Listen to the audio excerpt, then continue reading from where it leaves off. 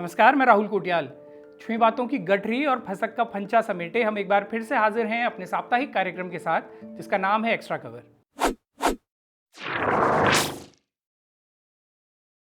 आज के extra cover की शुरुआत तकरीबन 1.5 दशक पुराने एक प्रसंग से करते हैं। ये प्रसंग 21वीं सदी की संसदीय चर्चाओं के सबसे चर्चित प्रसंगों में भी शामिल है। मार्च 2021 की बात है। विकीलीक्स के जरिए खुलासा हुआ था कि साल 2008 में तत्कालीन कांग्रेस सरकार ने विश्वास मत हासिल करने के लिए सांसदों को घूस दी है। 2011 में जब ये बात सामने आई तो संसद में जमकर हंगामा हुआ। दिवंगत भाजपा सांसद सुषमा स्वराज ने तब तत्कालीन प्रधानमंत्री मनमोहन सिंह पर सीधा निशाना साधते हुए एक शेर पढ़ा था कि तू इधर उधर की बात न कर, ये बता कि काफिला क्यों लुटा, हमें रहजनों से गिला नहीं, तेरी रहबरी का ख्याल है। सुषमा स्वराज द्वारा पढ़े गए शहाब जाफरी के इस शेर का जवाब तत्कालीन प्रधानमंत्री ने तब अल्लामा इकबाल के शेर से देते हुए कहा था कि माना कि तेरी दीद के काबिल नहीं हूं मैं, तो जरा मेरा शौक तो देख, मेरा इंतजार तो देख। वाद प्रतिवाद के ऐसे अंदाज पर तब पूरी संसद तालियों से गूंज उठी थी और आज भी इस प्रसंग को ऐसे याद किया जाता है कि कभी संसद में कितनी तीखी बातें भी कितने सहज और प्रभावी तरीके से कह दी जाती थी, स्वीकारी जाती थी और उनका व्यापक असर भी होता था। मनमोहन सिंह सरकार पर सुषमा स्वराज ने वाजिब सवाल उठाए थे और बेहद प्रभावी तरीके से उठाए थे। इस प्रसंग का जिक्र आज उत्तराखंड के संदर्भ में इसलिए प्रासंगिक हो चला है क्योंकि यहाँ प्रदेश सरकार की रहबरी पर गंभीर सवाल खड़े हैं, लेकिन विपक्ष में ऐसे कांडे लगे हुए हैं कि इन सवालों को प्रभावी तरीके से उठाने वाले लगभग गायब हैं। एक तो उत्तराखंड में बिजोग ये पड़ा है कि यहाँ विधानसभा के सत्र संभवतः पूरे देश में सबसे कम समय के लिए चलाए जाते हैं। जनता को जितना फॉर ग्रांटेड उत्तराखंड सरकार लेती है, शायद ही दुनिया की कोई और लोकतांत्रिक सरकार लेती होगी कि यहाँ के नेता सिर्फ 1.5 दिन में विधानसभा सत्र निपटाकर लौट जाते हैं और उन्हें रत्ती भर भी इस बात की फिक्र नहीं होती कि जनता को आखिर क्या जवाब देंगे। गढ़वाली में एक पखाना है कि जो उजाड़ खान के गीत जालू वेलबल अपना गुठियार विकिले आण। हमारे नेता भी ऐसा उजाड़ खाना गीत चुके हैं कि चारों तरफ घोटाले, पेपर लीक, भ्रष्टाचार, खनन की लूट, जमीनों की लूट, नौकरियों की लूट जारी है, लेकिन सरकार सब चंगासी मोड में सिर्फ इमेज मैनेजमेंट कर रही है। हमारे रील वीर मुख्यमंत्री संभवतः रॉकस्टार फिल्म के इन ढींगरा साहब से प्रेरित हैं और उन्होंने अपना मूल मंत्र ही बना लिया है कि everything is image, image is everything.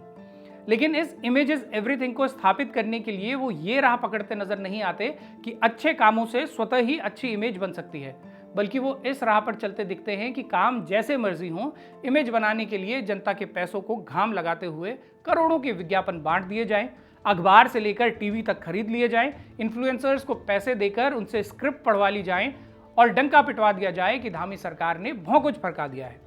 बीते दिनों इस बात का खूब डंका पीटा गया कि उत्तराखंड में देश का सबसे खतरनाक नकल विरोधी कानून लागू कर दिया गया है और अब नकल करवाने वाले अब गुठियार पेट लुक जाएंगे। लेकिन हाल ही में UKSSC द्वारा आयोजित प्रदेश की सबसे बड़ी भर्ती परीक्षा में वही हाकम सिंह गिरोह सक्रिय पाया गया जो पहले भी भर्ती घोटाले में शामिल रहा था और 1 साल से ज्यादा जेल में बिता चुका था। ये नया नकल विरोधी कानून उस हाकम सिंह को भी नहीं डरा पाया जो पहले ही नकल के मामले में फंसा हुआ है। लेकिन इस पूरे मामले का एक गंभीर पक्ष और भी है। हाकम सिंह का नेटवर्क इस बार भी सक्रिय था। इसका खुलासा सबसे पहले बेरोजगार संघ ने किया। उनका दावा है कि 9 सितंबर के दिन ही उन्होंने हाकम सिंह के सहयोगी पंकज गौड़ की कॉल रिकॉर्ड कर ली थी, जिसमें वो 12 से 15 लाख रुपए लेकर नौकरी की गारंटी दे रहा था। बेरोजगार संघ ने अपनी प्रेस वार्ता में दावा किया है कि इसी कॉल रिकॉर्डिंग के आधार पर STF ने हाकम और उसके सहयोगी को परीक्षा से ठीक 1 दिन पहले गिरफ्तार भी किया। लेकिन संघ का कहना है कि इस अपराध के सिलसिले में जब वो लोग तमाम अधिकारियों, पुलिस के ऑफिसर्स और नेताओं से मिल रहे थे तो उन्होंने मुख्यमंत्री से भी मिलने का समय लिया था। उन्हें समय मिल भी गया था, लेकिन 19 तारीख की रात जब ये लोग मुख्यमंत्री से मिलने पहुंचे तो बेरोजगार संघ के उपाध्यक्ष सुरेश सिंह को मुख्यमंत्री से इसलिए नहीं मिलवाया गया क्योंकि वो बेरोजगार संघ से जुड़े हैं। उनके साथ गए अन्य लोगों को ही मुख्यमंत्री से मिलने की अनुमति दी गई। कमाल देखिए, जिस बेरोजगार संघ ने पहले भी और इस बार भी भर्ती घोटाले से जुड़े लोगों का पर्दाफाश किया, उन्हें ही मुख्यमंत्री से नहीं मिलने दिया गया।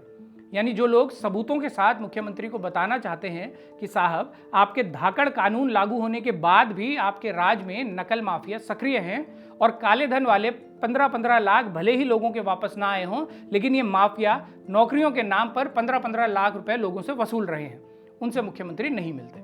जबकि ऐसे लोगों से वो बार बार मिलते हैं जो उन्हें चने के झाड़ पर चढ़ाने के लिए उनकी प्रशंसा और उनके लगभग हर फैसले पर एक गीत लिख मारते हैं और कलम ही तोड़ देते हैं। इसकी एक वानगी आप लोग नकल विरोधी कानून पर लिखे गए इस गीत के रूप में ही देखिए।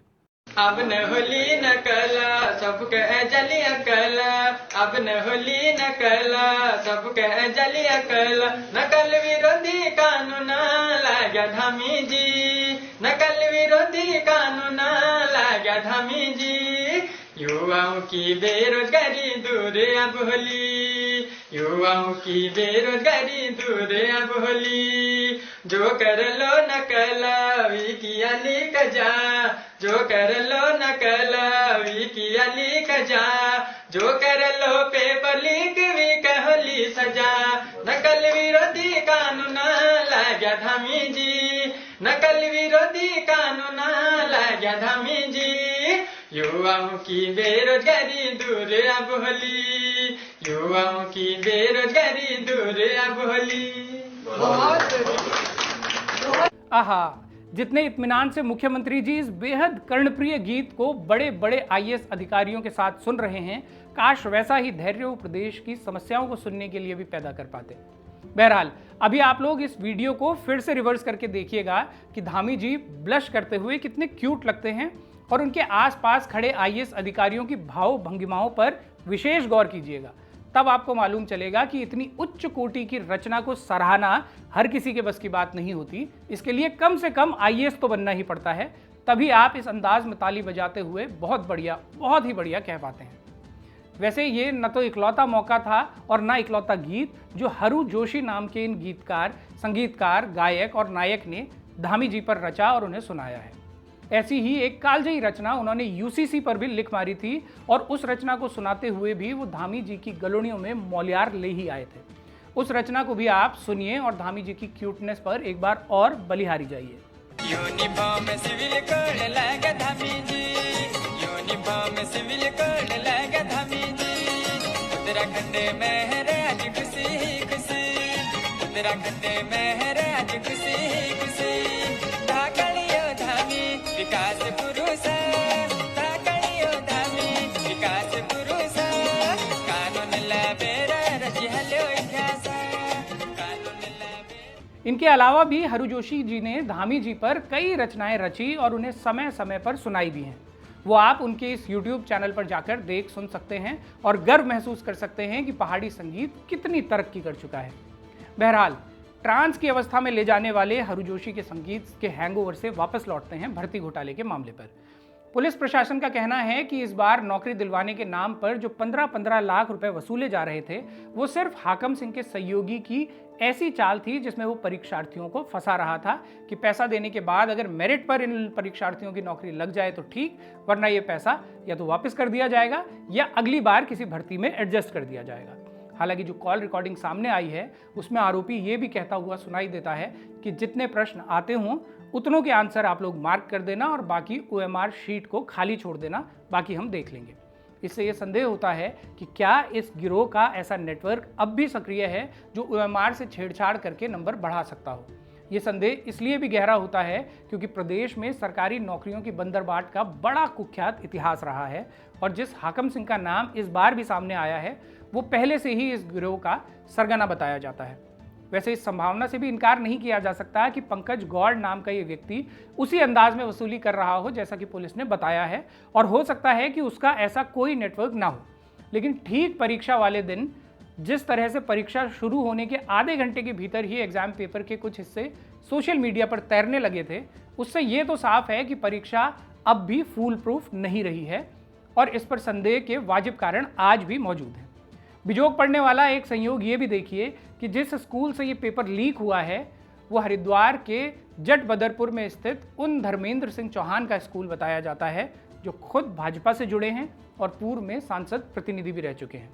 वे तब वैसे UKSSC के अध्यक्ष और पूर्व IPS GS मर्तोलिया का इस पेपर लीक के मामले में कहना है कि एक सेंटर से एग्जाम पेपर के 3 पेज बाहर आए हैं और ये बड़ी चूक तो हुई है। हालांकि इसे उन्होंने पेपर लीक होना नहीं माना और परिभाषित किया कि पेपर लीक होना तो तब होता है जब एग्जाम से पहले ही पेपर किसी के हाथ लग गया हो, जबकि यहाँ तो पेपर शुरू होने के बाद कुछ अंश बाहर आए थे।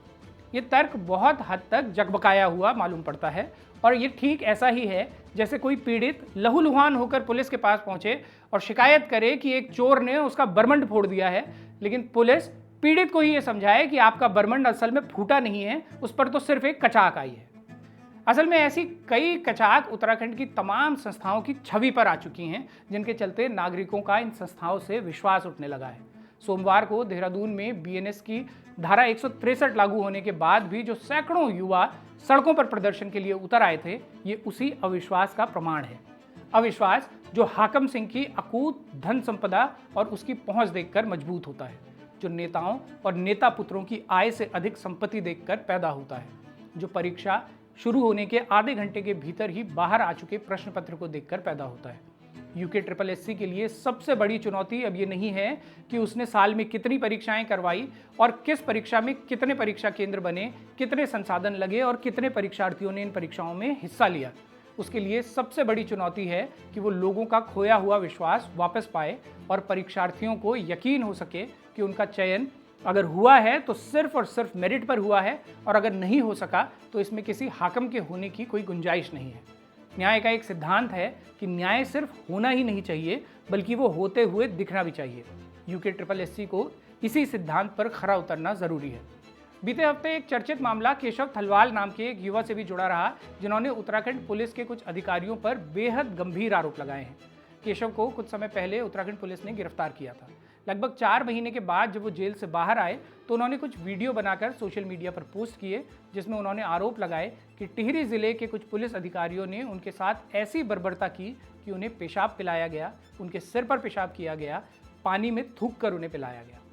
केशव द्वारा लगाए गए इन बेहद गंभीर आरोपों को लोगों ने इसलिए भी हाथों हाथ लिया क्योंकि केशव अपनी गिरफ्तारी से पहले ऐसे कई वीडियो बनाने के लिए चर्चाओं में थे, जिनमें उन्होंने पुलिस द्वारा घूस लिए जाने से लेकर कई तरह के आरोप लगाए थे। हालांकि इस मामले में पुलिस ने भी अपना पक्ष रखते हुए कहा है कि केशव पर पहले से ही 5 मुकदमे दर्ज हैं। साथ ही पुलिस का कहना है कि केशव की गिरफ्तारी किसी रंजिश के चलते नहीं बल्कि उनकी खुद की बहन और मां की शिकायत पर हुई थी। पुलिस का आरोप है कि केशव ने अपनी बहन और मां के साथ मारपीट की थी, अपनी बहन पर अश्लील वीडियो बनाने के आरोप खुद ही लगाए थे और एक दिन मारपीट के बाद अपनी बहन और मां को एक कमरे में बंद करते हुए वहां गैस का पाइप खुला छोड़ दिया था। इसी शिकायत के बाद उनकी गिरफ्तारी हुई थी और पुलिस का दावा है कि केशव की मां और बहन ने मजिस्ट्रेट के सामने भी यही बयान दिए थे। लेकिन अब केशव की मां ने यह दावा किया है कि उन पर पुलिस का दबाव था, इसलिए उन्होंने ऐसे बयान दिए। इस पूरे प्रकरण में जो आरोप केशव ने पुलिस पर लगाए हैं वो बेहद गंभीर हैं। अगर ऐसा कोई भी अमानवीय कृत्य पुलिस ने किया है तो दोषी अधिकारियों के खिलाफ ऐसी कार्रवाई जरूर होनी चाहिए कि वो सिर्फ प्रदेश में ही नहीं पूरे देश के लिए एक नजीर बने। वैसे इस मामले का दूसरा पक्ष ये भी है कि पुलिस अधिकारियों ने भी केशव पर कई गंभीर आरोप लगाए हैं। फिलहाल इस मामले की जांच जिले से बाहर ट्रांसफर कर दी गई है और आरोपी अधिकारियों का भी ट्रांसफर कर दिया गया है। वैसे इस पूरे प्रकरण में एक वाजिब सवाल भाकपा माले के नेता इंद्रेश मैखुरी ने भी उठाते हुए लिखा है कि अब इस मामले में जांच के आदेश कर दिए गए हैं तो टिहरी पुलिस को ये बताना चाहिए कि जिस पुलिस थाने या कोतवाली में केशव थलवाल को ले जाया गया था वहां सीसीटीवी कैमरा लगे थे या नहीं। ये प्रश्न इसलिए महत्वपूर्ण है क्योंकि 2 दिसंबर 2020 को उच्चतम न्यायालय ने सभी पुलिस स्टेशनों में सीसीटीवी कैमरा लगाने के आदेश दिए थे। उच्चतम न्यायालय के 3 न्यायाधीशों की खंडपीठ ने अपने आदेश में कहा था कि राज्यों और केंद्र शासित प्रदेशों को ये सुनिश्चित करना चाहिए कि प्रत्येक पुलिस स्टेशन सभी प्रवेश और निकास बिंदुओं, मुख्य द्वार, लॉकअप, गलियारों, लॉबी और रिसेप्शन के साथ साथ लॉकअप रूम के बाहर के क्षेत्रों में सीसीटीवी कैमरे लगाए जाएं ताकि कोई भी हिस्सा छिपा न रहे। ये सवाल इसलिए भी वाजिब है क्योंकि न सिर्फ इसी मामले में बल्कि ऐसे तमाम मामलों में सीसीटीवी फुटेज बेहद अहम हो जाती है। यदि टिहरी थाने में सीसीटीवी था तो उसकी फुटेज ही इस मामले में लग रहे आरोपों के लिए सबसे अहम साबित हो सकती है। साथ ही पुलिस की कार्रवाई अक्सर सवालों के घेरे में आती है और एक बड़ा सवाल तो गिरफ्तारी के समय को लेकर ही उठाया जाता है कि पुलिस अक्सर गिरफ्तारी बहुत देरी से दिखाती है। केशव थलवाल के आरोप यदि सही हैं तो इससे अमानवीय कुछ नहीं हो सकता जो उनके साथ हुआ है। ऐसे में प्रदेश की जनता को भी चाहिए कि शासन पर यह दबाव बनाया जाए कि सुप्रीम कोर्ट के आदेश का सख्ती से पालन हो और प्रत्येक थाने में जहां भी सीसीटीवी नहीं है वहां सुनिश्चित किया जाए कि कैमरे लगें ताकि आगे ऐसे किसी भी तरह के मामले की संभावनाएं न्यूनतम बनाई जा सके। लेकिन इस फैसले को लागू करने में पुलिस के पास एक तर्क ये भी होता है कि थाने में कई ऐसे पीड़ित भी आते हैं जिनकी पहचान गोपनीय रखे जाने का प्रावधान है। मसलन रेप से लेकर पोक्सो के मामले और कई ऐसे मामले जिसमें आरोपित ही नाबालिग हो। इसके साथ ही पुलिस के मुखबिर भी थानों में आते जाते हैं जिनकी पहचान की गोपनीयता की आड़ लेकर पुलिस सीसीटीवी लगाने से बचने का बहाना तलाश लेती है। लेकिन ये तमाम तर्क इतने प्रभावी भी नहीं हैं कि इनकी आड़ में सीसीटीवी लगाए ही न जाएं। फुटेज को सुरक्षित रखने और इसको मॉनिटर करने, गोपनीयता बनाए रखने और जानकारियों को फिल्टर करने के लिए कई तरीके निकाले जा सकते हैं, बशर्ते नीयत ठीक हो। बहरहाल बढ़ते हैं कुछ और खबरों की तरफ। बीते हफ्ते पिथौरागढ़ से लेकर नैनीताल, हल्द्वानी और देहरादून तक में सुप्रीम कोर्ट के उस आदेश के खिलाफ जमकर प्रदर्शन हुए जिसमें कोर्ट ने एक 7 साल की बच्ची के साथ रेप और हत्या के आरोपी को बरी कर दिया है। 2014 में हुई इस घटना के आरोपों में साल 2019 में उत्तराखंड हाईकोर्ट ने आरोपी प्रेमपाल को 5 साल की सजा और आरोपी अख्तर अली को फांसी की सजा सुनाई थी। लेकिन बीते दिनों सुप्रीम कोर्ट ने मुख्य आरोपी को बरी करने का फैसला दिया है, जिसके बाद प्रदेश भर में इस फैसले के खिलाफ प्रदर्शन हो रहे हैं। धामी सरकार ने इस मामले में आश्वासन दिया है कि वो विधिक राय लेते हुए सुप्रीम कोर्ट में रिव्यू पिटीशन दाखिल करेगी। बीते हफ्ते एक खबर उत्तरकाशी से भी आई, जहां से राजीव प्रताप नाम के एक स्वतंत्र पत्रकार पिछली 18 सितंबर से गुमशुदा बताए जा रहे हैं। उनके परिजनों का आरोप है कि उन्हें बीते कुछ समय से धमकी भरे फोन आ रहे थे और उनके लापता होने के पीछे ऐसे लोगों का हाथ हो सकता है जो अवैध धंधों में संलिप्त हैं और जिनके भ्रष्टाचार पर राजीव प्रताप लगातार खबर कर रहे थे। इस मामले में एक अपडेट ये भी है कि राजीव प्रताप की गाड़ी नदी के पास मिली है, लेकिन उनकी कोई भी जानकारी अब तक सामने नहीं आई है। पुलिस का कहना है कि इस मामले में जांच चल रही है और पुलिस के साथ ही एसडीआरएफ की टीम भी उनकी खोज में लगी हुई है। जाते जाते आपको ये भी बताते चलें कि केदारनाथ के लिए 4000 करोड़ से ज़्यादा की लागत वाला जो रोपवे बनाया जाना है, उसका काम अपने गुजराती मोटा भाई अडानी जी को सौंप दिया गया है। अब अडानी ग्रुप अगले 6 साल में इस परियोजना को पीपीपी मोड में पूरा करेगा और काम पूरा होने के बाद अगले 29 साल तक वही इसका संचालन भी करेगा। करीब 13 किलोमीटर के इस रोपवे के बन जाने से सोनप्रयाग से केदारनाथ 36 मिनट में पहुंचा जा सकेगा और 1 घंटे में 1800 यात्री इस रोपवे से प्रत्येक तरफ यात्रा कर सकेंगे। तो आप सब लोग भी अडानी जी और धामी जी को ढेरों बधाई और शुभकामनाएं दे सकते हैं। तो ये था इस हफ्ते का एक्स्ट्रा खबर। आज का ये कार्यक्रम आपको पसंद आया हो तो इसे शेयर ज़रूर कीजिएगा और उसके साथ ही बारामासा को मजबूत करने के लिए चैनल की पेड मेंबरशिप या सुपर थैंक्स का बटन दबाकर हमें सहयोग कीजिएगा। अपने सुझाव, प्रतिक्रिया या एक्स्ट्रा कवर से निकलती कोई खबर अगर आप हम तक पहुंचाना चाहते हैं तो इस मेल आईडी पर लिख भेजिए। अगले हफ्ते फिर से होगी मुलाकात। तब तक के लिए सिमन या पहलाद, नमस्कार।